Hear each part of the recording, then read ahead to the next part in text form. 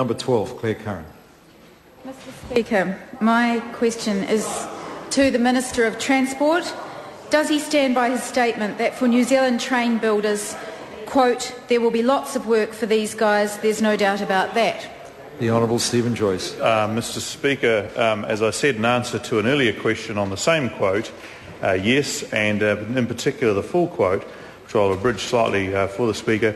The reality is this rail company's been treated like a Cinderella in this country for a long, long time, with all sorts of political things about what it should and shouldn't do, which don't necessarily make commercial sense for the company itself to proceed with. And I believe strongly that if we're going to turn KiwiRail around, and it's a big turnaround project, then we actually have to let them make the commercial decisions that they need to make. Hear, hear. Clare Curran.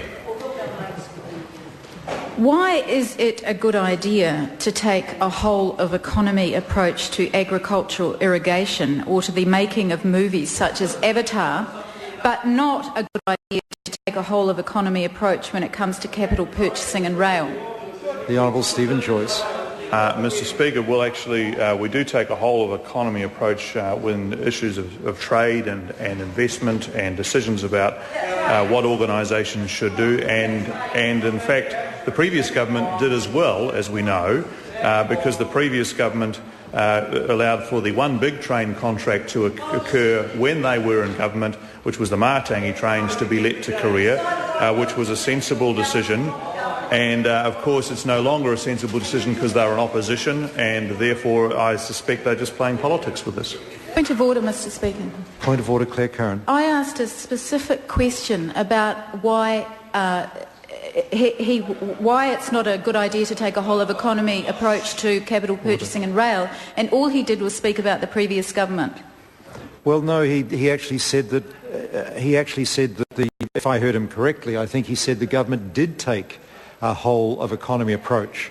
So there was no need to explain why he didn't, because I think in his answer he said the government did. I'm prepared to refer to the Minister. I'm wrong, then. He's indicating what I heard was correct. So supplementary question, Clare Curran.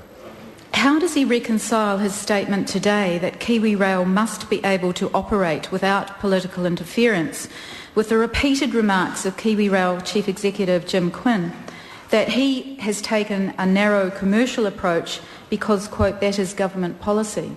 The Honourable Who's Stephen telling Joyce. the truth?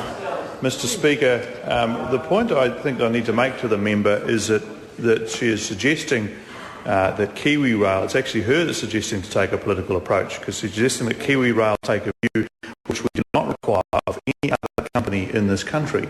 And that's just simply not appropriate. We have an organisation which is very much struggling to turn itself around.